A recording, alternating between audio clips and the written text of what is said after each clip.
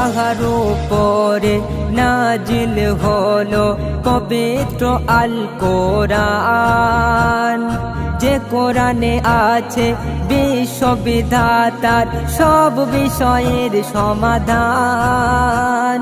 যাহার উপরে নাজিল হলো পবিত্র আল কোরআন, যে কোরআনে আছে বিশ্ববিধাতার সব বিষয়ের সমাধান। যিনি বিশ্ববরেণ্য, যার তরে সবাই ধন্য, যিনি বিশ্ববরেণ্য, যার তরে সবাই ধন্য, আর ধন্য গারে হেরা।